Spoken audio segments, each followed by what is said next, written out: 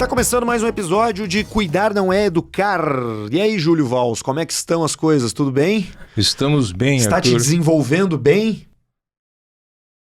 Nosso podcast está se desenvolvendo bem. Toda semana a gente está aqui, tocando num assunto diferente, falando de bastante coisa. Já falamos sobre limites, já falamos sobre cuidar e educar. A gente vai... Sobre... limites, cuidar e brincar também teve, exatamente. O primeiro episódio é aquela entrevista que você viu ali pra gente ir introduzindo esse assunto aos poucos. E hoje a gente vai falar sobre desenvolvimento e envolvimento. Você já viu aí no título, né? Envolvimento. Você já viu aí no título do nosso episódio, tá ali. Júlio, vamos lá, vamos começar explicando esse título aí. Desenvolvimento, aquele hífen aí tá correto depois da última reforma ortográfica? tá tudo certo? Explica pra gente esse negócio, por favor.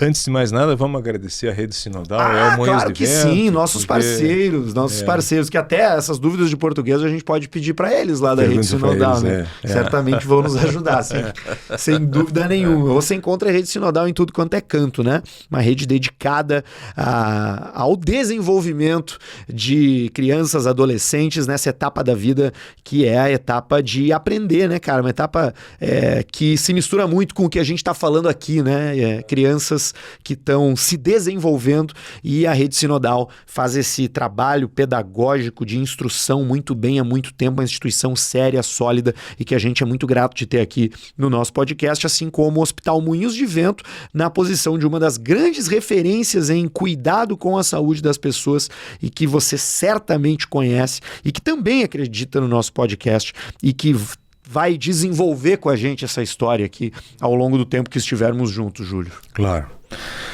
Bom, em primeiro lugar, eu queria fazer uma referência especial de que esse termo desenvolvimento é uma, entre aspas, uma criação do Dr. Paulo Sérgio Rosa Guedes, que é um psiquiatra aqui de Porto Alegre. Foi ele que me, vamos dizer assim... Emprestou? Cedeu? Fez essa... emprestou, cedeu. E quando eu vi a grafia desenvolvimento, eu pensei, mas que interessante. E vem da palavra desenvolvimento. E aí, claro, conversando com ele, eu comecei a me dar conta de que a vida é essas duas coisas simultaneamente. A gente se desenvolve e, na medida em que se desenvolve, se desenvolve. Vamos pegar um bebê que mama no peito da mãe. Quando ela começa a conseguir pegar o garfo e a colherinha e botar na boca, ela não precisa mais tanto ou não precisa mais do seio. Ela se desenvolveu do seio e criou uma outra habilidade. Envolver, bem como a gente pode envolver um polvo, como um polvo que envolve alguma coisa, ele se desenvolve, ele desconstrói um envolvimento e se desprende, né? Isso aí. Então a criança está no colo dos pais o tempo todo. Quando ela começa a engatinhar, ela não precisa mais ficar no colo, ela pode ir para o outro lado da sala sem que alguém a leve lá. Isso é um desenvolvimento. Uhum. Esse desenvolvimento, que a gente pode aplicar tudo na vida, né, gera naquele que se desenvolve um sentimento, primeiro, de satisfação de conseguir algo novo e, ao mesmo tempo, e simultaneamente e concomitantemente, um sentimento de estar deixando algo para trás. Uhum. Então, né, a criança começa a engatinhar e ela dá uma parada e olha para trás para ver se está tudo bem. Né? Primeiro, ela pode ser que está pedindo uma autorização, ela pode ser que está olhando para ver se a mãe e o pai não estão chateados com que ela não está no colo, e vão vendo se tem uma cara feia. Enfim, a criança dá uma olhada para trás e segue. Aquilo ali é um momento novo para ela, né? Ela não sabe que tipo de feedback vai vir do passado nem do futuro. Isso. Quando a criança larga da fralda para fazer o cocôzinho na patente ou no piniquinho dela, ela se desenvolveu. Se desenvolveu biologicamente, neurologicamente, cognitivamente, e se desenvolveu na fralda. A fralda era uma segurança. Uhum. A gente vê isso nas crianças. As crianças botam o fralda porque elas se sentem seguras, protegidas. Quando elas veem que pode se desenvolver da fralda, ela vai lá e dá tchau pro cocôzinho que foi embora. Enquanto ela não se desenvolve disso, ela não quer largar o cocô, que é uma peça dela, é dela aquilo lá. A gente, como adulto, não consegue compreender como é que pode achar que o cocô é uma coisa tão nobre, mas para criança é. É aquelas coisas que a gente falou outro episódio aqui, é assustadoramente simples, porque, tu é uma criança, daqui a pouco tu faz um cocô, algo que sai de dentro de é teu, né? É meu. É lógico. Não tem fui dúvida. Eu que fiz. Fui eu que fiz, não tem dúvida. E às vezes é duro, às vezes é mole. É uma coisa, mano, né? É verdade. Bom, então essa ideia de junto com o desenvolvimento, existe o desenvolvimento, é talvez a área emocional que mais as pessoas com mais idade precisam cuidar das pessoas com menos idade. Eu vou começar a usar essa terminologia porque eu gostei. Junto com a habilidade da criança de construir mundos novos, vem aquilo que eu disse, ela se sente traidora, ela se sente uma criminosa, ela se sente que pode estar matando o pai e a mãe. Na adolescência, isso é o ponto auge dessa sensação. A adolescência é um segundo nascimento, vamos dizer assim. A criança, o adolescente, passa a perder interesse quase que completo pelo seu pai e pela sua mãe e se interessar totalmente pelos seus amigos e amigas. Concorda? Concordo. Tá. Então, se tu tá de acordo, tá bem. Então vamos seguir. Obrigado por perguntar minha opinião. Mas assim, então na adolescência a gente vê isso, o menino e a menina querem ficar fechado no quarto. Sim, querem vestir uma roupa grande que ninguém veja o corpo dela. Né? Ela está se desenvolvendo do corpo infantil, dos pais perfeitos e idealizados. Ela está descobrindo o mundo para fora. Isso dá a ela a sensação, mesmo que ela não pense isso, só uma sensação de que ela é uma criminosa. Então ela anda escondida pela rua, ela tem medo que a sociedade a castigue, aí vem o nome sociedade, né? Por isso que surge o nome, a sociedade é contra, a sociedade me persegue. A sociedade se torna um ente imaginário, gigantesco, por quê? Porque a criança olhou para fora de casa e encontrou a sociedade. E ela se torna um ente perigoso e persecutório, por isso que ela tem que se esconder, porque ela tem a sensação de que ela está fazendo uma coisa errada ao crescer. Ela sente isso. Mesmo que isso não seja evidente, se a gente consegue entender essa ideia que eu estou tentando desenvolver aqui, a gente olha e percebe isso no adolescente. Sem dúvida nenhuma. A gente vê que ele fica com vergonha, fica angustiado. Ele está com vergonha do corpo dele. Por quê? Porque a cabeça dele não quer mais um corpo infantil que ainda não está grande. Então há um descompasso. O sentimento de ser um criminoso e um assassino, por causa da criatividade, é o elemento central que um adulto precisa observar e não atacar quando isso se apresenta na vida familiar ou na vida escolar ou coisa assim. O que quer dizer atacar? Quer dizer o seguinte: tratar o adolescente que está se sentindo mal como se aquilo não fosse real ou tratá-lo como se realmente ele fosse um criminoso. Eu vou traduzir isso de uma maneira para umas crianças menores. Uma criança pequena que está iniciando a sua alfabetização. Quando ela inicia a alfabetização, ela não precisa mais que o pai e a mãe leiam histórias para ela. Ela pode ler sozinha. Se o sentimento implícito de crescer a assusta porque ela se sente criminosa por estar crescendo, quer dizer, abandonando o pai e a mãe, que a gente está sempre abandonando o pai e a mãe. Quando criança e quando adolescente, está sempre abandonando. A vida é isso, a vida é deixar para trás as pessoas que nos cuidaram. E a gente se sente mal por isso. Não é só isso, mas isso existe. Então essa criança, ela pode, se isso for muito intenso, ela pode, inclusive, não querer aprender a ler e escrever para manter-se com o sentimento de não ser uma criminosa. Para manter-se envolvida. E não se sentir criminosa. Não se sentir criminosa. Né? Porque né, a gente se sente mal por fazer coisas novas. Não é à toa que a gente diz o seguinte: temos que cuidar com o olho grande. A gente não pode falar muito o que a gente construiu, está fazendo, porque alguém, por inveja, pode destruir o que a gente tem. Isso é verdade. Mas também esse sentimento de ser invejado é criado pelo desenvolvimento. Porque ao me sentir sozinho, no desenvolvimento eu me sinto sozinho. Eu sozinho estou fazendo alguma coisa. Eu me sinto vulnerável. Além de ser um criminoso, eu me torno vulnerável. Uma criança que começa a andar, ela percebe a alegria de estar caminhando e constrói a vulnerabilidade de poder cair. São duas coisas que caminham juntas. Então, o desenvolvimento decorrente do desenvolvimento é das emoções que os adultos ou as pessoas de mais tempo de vida precisam cuidar. Isso não se educa, isso se cuida. Isso não é um treino, isso é um acolhimento.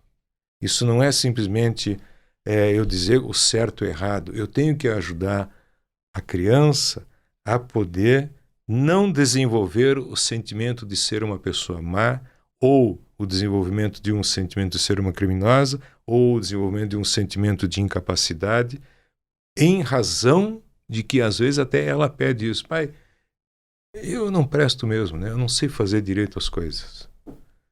A gente não deve aceitar essa afirmação da criança. A gente vai dizer para ela que ela tentou fazer algo e se sentiu mal por não conseguir. Podemos tentar de novo. Isso é cuidar.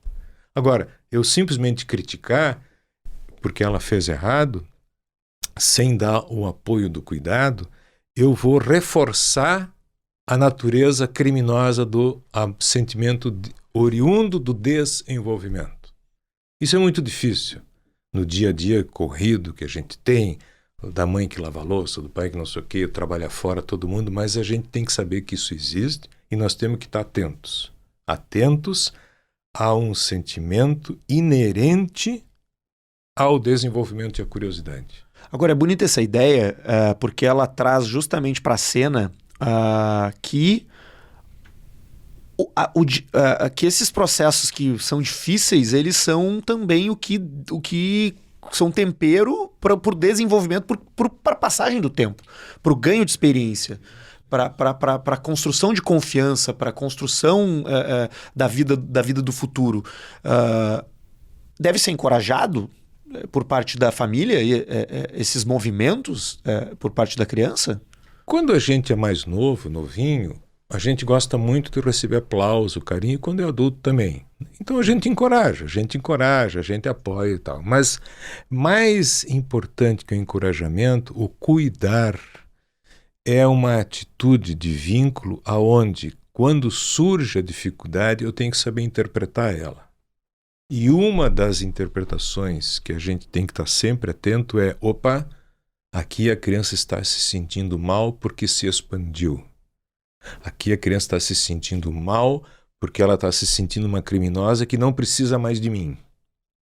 Então, o apoio está em eu não ficar com raiva que ela não precisa mais de mim. Claro. Entende? E quais são situações clássicas disso, assim? Exemplos nítidos de momentos-chave? Tu falou antes ali do negócio de sair da fralda e tal. Que outros momentos se apresenta uma ruptura, um afastamento mais profundo, assim, de independência? Eu acho que, assim, tem... Porque me veio a imagem, quando eu tava te ouvindo falar ali, daquele momento que o adolescente quer sair de casa também. Ou que ele não se sente filho do pai e da mãe dele, acha que é adotado. Se a gente fosse fazer uma pesquisa, a maioria dos adolescentes, né, se acham que não são filhos desses pais. Eu tenho certeza que essa sensação é oriunda do desenvolvimento.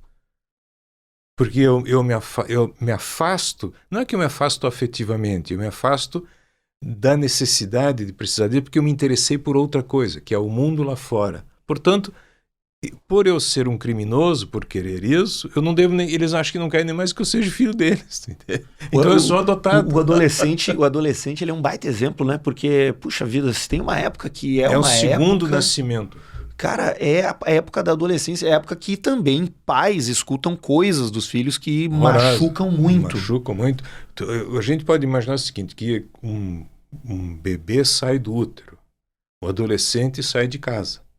A casa é o útero do adolescente. Ele nasce para a vida de novo. É um outro nascimento. Nesse momento, a gente vê pelas ressonâncias e tudo, o cérebro é uma ebulição, é um vermelhidão o tempo todo. É uma intensidade sexual, uma intensidade de impulsividade, uma intensidade de emoções de raiva, de amor. É intenso, muito intenso. Isso é difícil organizar ainda nessa idade. Mas tem muito de que acaba acontecendo que eles precisam denegrir a imagem dos pais para poder se afastar deles. Isso é que nem namorado, né? Já que nós vamos terminar, então tu não presta, tu nunca fez nada pra mim direito, não sei o quê. Então a gente denigra a imagem do outro, mesmo não sendo verdade, porque com isso eu me sinto... Até se convence um pouco de que o outro é pior que a gente, né? Isso. Então com isso a gente cria uma sensação de que está livre, porque destrói a imagem de outra pessoa. Grande parte do que os adolescentes fazem é isso. Eles denigrem a imagem do pai e da mãe porque... em razão de que isso dá a eles um pouco mais de capacidade de se desenvolver, de não querer uma coisa que eles não gostam, mas eles gostam. Depois eles vão descobrir que o que eles disseram foi apenas um exagero para o desenvolvimento. Tá, mas do lado de cá tem um pai que ouve também e que precisa lidar com isso, né? Claro, a gente tem que saber lidar com isso e saber que há um exagero por parte do... E que vai até comparar. Puta, eu nunca disse isso pro meu pai. Eu nunca disse isso pra minha mãe. Eu tô ouvindo isso do meu filho. Não, eu não lembro o que disse, mas eu pensei, certamente. Pode ser. É bem provável. Não. O adolescente não muda. Não vem com essa. Tanto tá aí no livro. O Hesíodo, no século V a.C., se a nossa geração futura depender desses adolescentes frívolos que comem com voracidade, tiranizam os seus mestres, se eles não respeitam a autoridade, vagam pelas praças como não sei o quê, século V a.C. já se falava sobre adolescente, como se fala hoje. Não, existe uma crença absoluta na humanidade de que o passado é melhor e de que o futuro é caótico por conta da geração que vem aí. Atual. E isso se repete em todas as décadas ao longo da história. Perfeito exemplo do Hesíodo. Tem uma pesquisa feita entre 1949 e 2009 nos Estados Unidos, onde eram feitas essas perguntas. E em todos os anos era a mesma coisa. O futuro vai ser ruim, o passado é que era bom. Claro, porque a gente não gosta dos adolescentes, porque eles não gostam mais da gente. Se sente excluído do grupinho. A gente gastou uma grana preta com essa gurizada e tá aqui apoiando, paga escola, ou escola pública, ou não sei o que, dá telefone, computador, e ainda tem que ouvir desaforo. Eles são loucos, essa gurizada. Eu tô aqui dando comida para eles, prato, comida, roupa lavada e tudo, e ainda me diz esse desaforo. Nós temos que saber que é assim. A gente só não precisa aceitar no sentido de dizer, olha aqui, ó, acho que tu tá enganado. Sim. Tu tá cometendo um exagero aqui, mas tudo bem. Eu sei que tu me ama. Agora, se eu lidar com essa, entre aspas, rejeição pelo viés da raiva ou do desamor, eu vou me tornar uma pessoa que vai agredir ele, né? É que nem uma mãe que é mordida no seio pelo dentinho do nenê. Se ela achar que o nenê está mordendo por raiva da mãe, ela vai bater na criança. Agora, se eu souber que isso é uma coisa exploratória, ótimo, não quero, isso aqui me dói, vamos dar um jeito, né? A mesma coisa o adolescente. Se eu souber que isso que ele está fazendo, mesmo que seja difícil, que seja chato e às vezes injusto, às vezes, nem sempre, tá? Às vezes é injusto, eu vou saber que é um momento que ele está construindo um novo mundo para ele. E que depois ele vai baixar a guarda e vai ver o que é dele e o que é meu. Até lá, eu aguento no tranco. Um amigo meu sempre diz: pai e mãe sofrem em silêncio. Acho ótima essa frase, porque às vezes a gente não deve dizer muita coisa. A gente fica perto para não cair do sofá. Mas dizer só que não pode subir no sofá não dá. Então a gente fica perto ali, dá uma circulada e tal. Eu me lembro, e é uma coisa que eu gostei muito aqui de um dos nossos episódios anteriores, eu não me lembro qual, que é aquela ideia do... No final das contas, nenhum dos dois nunca teve a idade que tem, né? E estão tendo que lidar com aquilo pela primeira vez, e o adolescente com um tempero biológico, né, cara? Tempero biológico extraordinário. É uma usina. Porra, com espinha pra caramba na cara, com a voz ficando ridícula, o cara desengonçado, né? E o menino querendo pegar a menina e ela querendo um cara mais velho, e ele não dá. É um momento tenso mesmo, né? Mas enfim. E é longamente tenso. 3, 4, 5 anos, às vezes, essa efervescência acontece. Né? É um bom tempo, é um ambiente, é um tempo de bastante estresse dentro das casas. Mas que desenvolve bastante a partir desse envolver do que vinha sendo até então. Claro. E se a gente conversa com outros casais que têm filhos adolescentes, a gente vai ver que é muito parecido, só muda o endereço, né? Que nem os casamentos também, só muda o endereço. Cuidar não é educar, essa é a nossa proposta de podcast por aqui. A gente fala muito sobre viabilizar esses diálogos, né, Júlio? Sobre encontrar esses espaços no tempo para poder ter empatia, para poder acolher, para poder respirar, encontrar uma saída alternativa ao seu pensamento automático, às vezes, empurrado ali pela frustração que são essas tensões, né? As frustrações que elas criam. Né? Isso aí. Bom, esse programa, assim, ele tem um ideal. O ideal de ajudar as pessoas a acreditarem que uma boa conversa é melhor do que uma não conversa. Ótimo. Esse programa acredita de que conversar e esclarecer a verdade é melhor do que o silêncio e a raiva. Eu não vou nem falar mais nada. Com essa colocação, a gente encerra e te convida a escutar mais episódios de Cuidar Não é Educar, que você vai curtir bastante, não tenho dúvidas, tá? Tchau, até a próxima.